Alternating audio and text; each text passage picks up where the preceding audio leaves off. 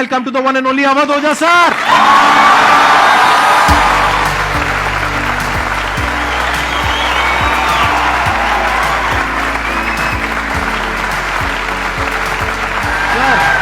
Hello sir, क्या हाल चाल? बैठिए जी, बैठिए। आइए। Thank you. इससे पहले कि ऑडियंस आपसे कुछ क्वेश्चंस पूछे, मेरे माइंड में एक क्वेश्चन आ रहा है। आईएएस में कितने लोग हैं जो हर साल उसके लिए अपीयर करते हैं? 5 से 6 लाख के आसपास। और सीट्स कितनी है? 1000 अप्रोक्सीमेटली। तो जिनका हो जाता है उनके बारे में तो सब बात करते हैं, जिनका नहीं होता है, जिन्होंने पूरी जान लगाई और जिनका नहीं हुआ, उनका क्या होता है? उनके रिश्तेदार उनकी चिंता करते हैं। वो फिर उनकी चिंता करते हैं। नहीं, मैं आ रहा हूं, मैं आपके क्वेश्चन पे आ रहा हूं। ये पॉइंट इंटरेस्टिंग है, मैं समझना चाहूंगा कैसे। मैं बताऊं। हाँ। मैं दोनों मुद्दों पे बता। हम सब हारने से डरते हैं, और मजेदार बात है कि वो डर हमारी हार की वजह बनता है। 98% केसेस में हारने से क्यों डरते हैं? क्योंकि हम जानते हैं अगर हम हारेंगे तो वो जो पीछे 3 लोग बैठे हैं ना, रिश्तेदार, रिलेटिव्स और फ्रेंड, वो जीने नहीं देंगे। आप जब भी आईएएस की तैयारी करें, पहला अटेम्प्ट आपका सीरियस अटेम्प्ट होना चाहिए। आपने तैयारी किया, बेसिक्स तैयार किए, आपने एडवांस कोर्स तैयार किया, आपने कम से कम मेंस के 1000 आंसर्स लिखे हैं और मिनिमम 10,000 प्रीलिम्स के क्वेश्चंस आप सॉल्व कर चुके हैं, तब आप एग्जाम देने जाइए। सिर्फ एक अटेम्प्ट दीजिए। जिसने भी पहला अटेम्प्ट सीरियस दिया, उसको दोबारा तैयारी नहीं करनी पड़ती, रिवीजन करना पड़ता है। भाई आप देखो ना, जितने सारे सेलेक्ट लड़के होते हैं उसमें बहुत सारे नौकरी कर रहे होते हैं, जॉब कर रहे होते हैं। कुछ लोग मुझसे पूछते हैं, सर जॉब करते वक्त तैयारी हो सकती है? नहीं, जॉब करते वक्त तैयारी तो नहीं हो सकती, जॉब करते वक्त रिवीजन हो सकता है। 3 hours per day, 4 hours per day. तो मेरी एडवाइस ये है, क्योंकि ये एक बहुत रिस्की खेल है ये। मैं खुद ही बाहर हुआ, और फिर मैं कितने लोगों को देखता हूं जो 5-5, 6-6 अटेम्प्ट के बाद बाहर होते हैं। तो जिनको भी इस गेम में शामिल होना है, एक अटेम्प्ट सीरियसली आपका होता है, बहुत अच्छा है। आपको मैक्सिमम रिस्क लेना है तो आप 2 ले लो, उसके बाद आप अपना काम शुरू करो, जो आपका सेकंड लाइन थॉट था। कोई लॉयर बनना चाहता है, कोई मेडिकल लाइन में जाना चाहता है, कोई मतलब जो भी आप एंटरप्रेन्योर बनना चाहते हैं, आप करो, लेकिन अपने वो रिवीजन वाले 4 आवर बचा के रखो। आपने कितने अटेम्प्ट्स दिए थे सर? 4 अटेम्प्ट्स आपने दिए थे। और आपने कहीं से कोचिंग ली थी, यानी लाखों रुपए दिए थे कोचिंग में? नहीं, तब लाखों नहीं थे, तब हजारों थे। अच्छा, हजारों रुपए आपने खर्च करे थे, और आप एक मिडिल क्लास बैकग्राउंड से थे। तो टोटल 4 साल में आपका कितना पैसा लग गया होगा? रहना, खाना, पीना, और आपने तो पूरी तैयारी करी होगी, साथ में कुछ और नहीं किया होगा? I think so. कुछ नहीं किया, बिल्कुल। तो कितना आपका 4 साल में अच्छा खासा पैसा? 5-6 लाख रुपए लगे। 5-6 लाख रुपए उस समय लगे।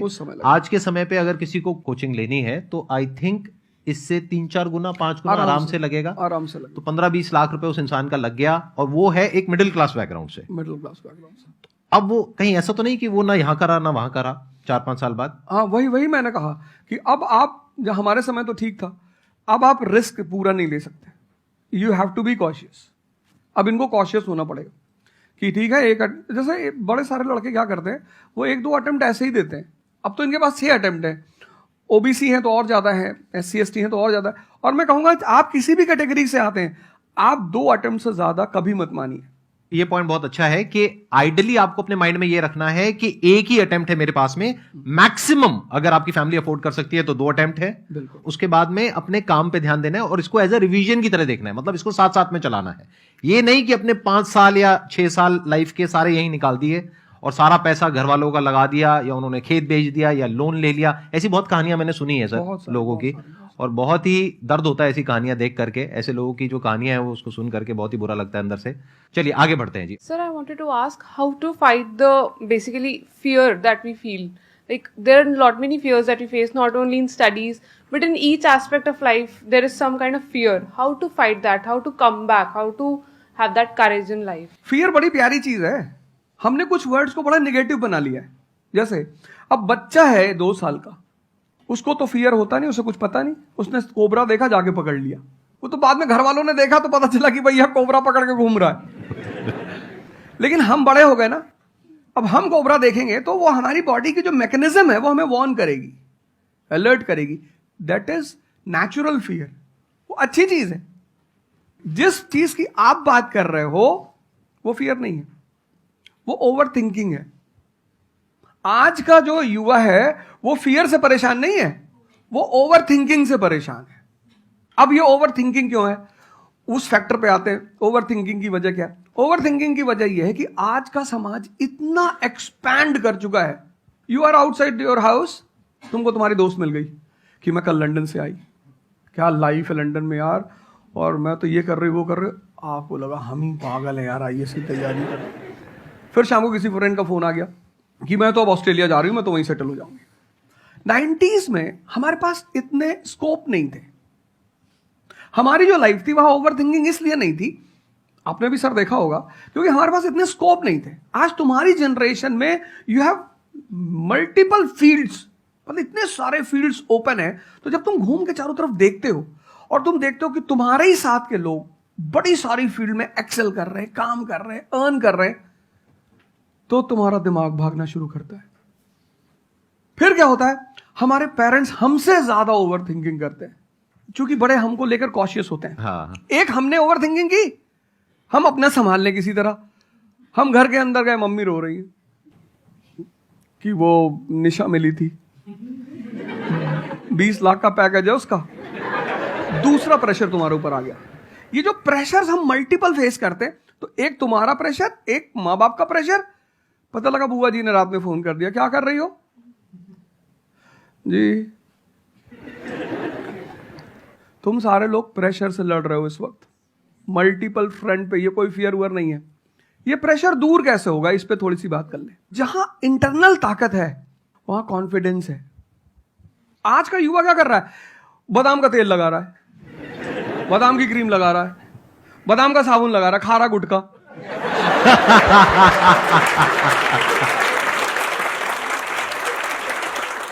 आप लोगों को चूंकि हर तरफ प्रेशर झेलना है, तो प्रेशर झेलने का सबसे अच्छा तरीका होता है इंटरनल पावर।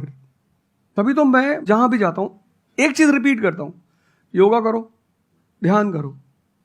ध्यान करोगे मन ताकतवर हो जाएगा।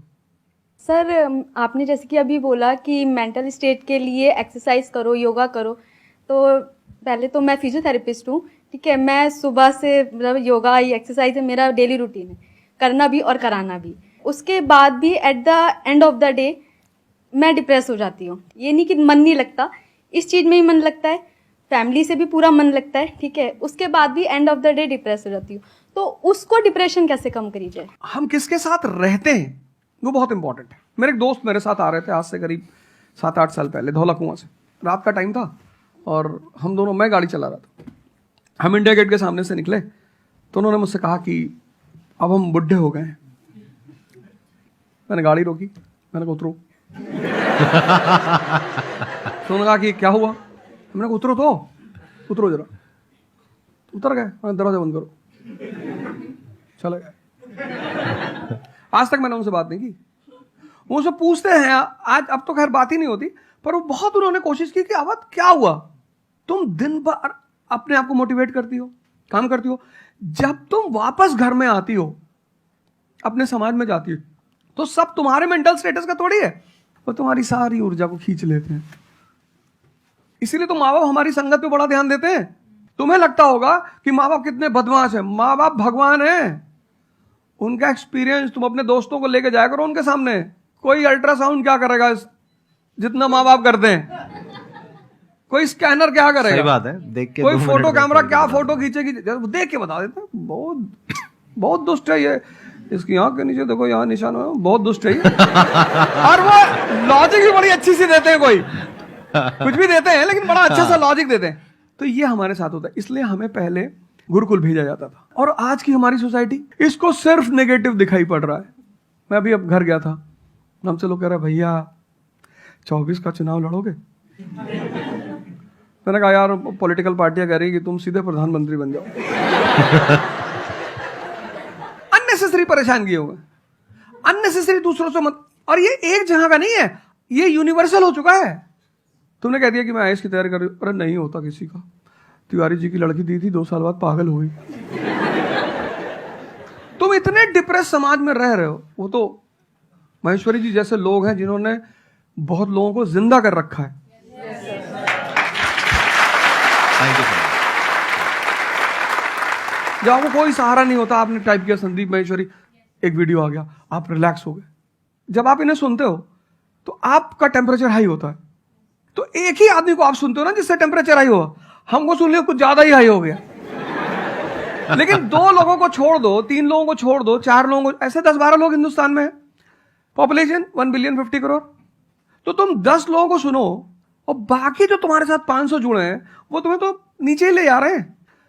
इससे बचो, अपनी सर्कल को थोड़ा सा रिजर्व करो। तुम किससे बात करते हो, कौन सा लिटरेचर पढ़ते हो, लिटरेचर पर ध्यान दो। जैसे मैं रश्मिरथ पढ़ता रहता हूं, खाली हुआ, प्रसादों के कनकाब शिखर होते कबूतरों के ही घर। ये जो बड़े बड़े मकान है, कभी किसी बाज को यहां रहते हुए देखा? कबूतर रहते हैं। क्या लाइन है, प्रसादों के कनकाब शिखर, कितने मतलब महलों के जो बड़े बड़े शिखर, उसमें सिर्फ कबूतर रहते हैं। प्रसादों के कनकाब शिखर होते कबूतरों के ही घर।